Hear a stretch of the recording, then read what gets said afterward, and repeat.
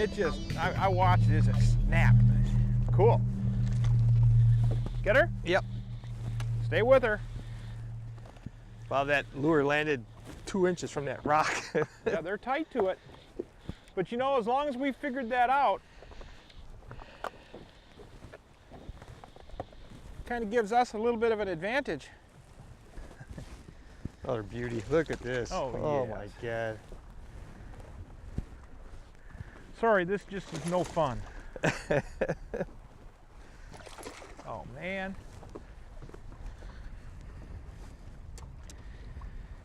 Cannot tell people enough times in a show how much fun it is to come to something like Century Lodge here on Osborne Bay and do that right there. You just can't tell them enough times. Man. Beautiful. Solid fish. Whoa.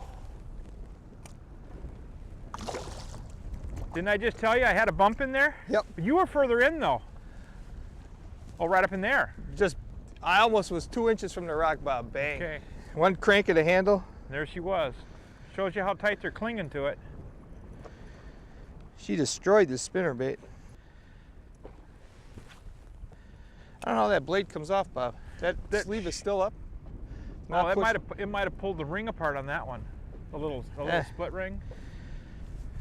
We got spinnerbaits, lots of spinnerbaits in the boat.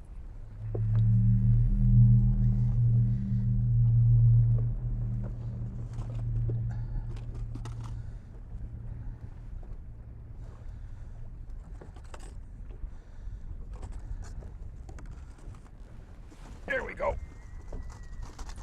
Oh goodness. She down in the water now, but oh smokes, did she come out.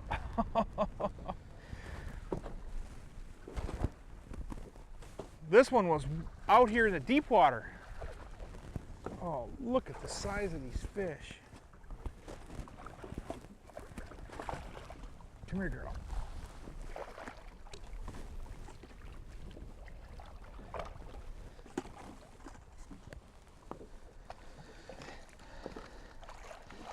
Oh, I don't know this for a fact, but I think whatever we're doing, it's got to be illegal.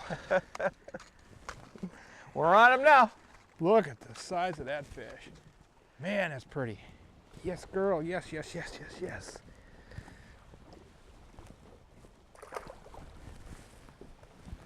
Yeah.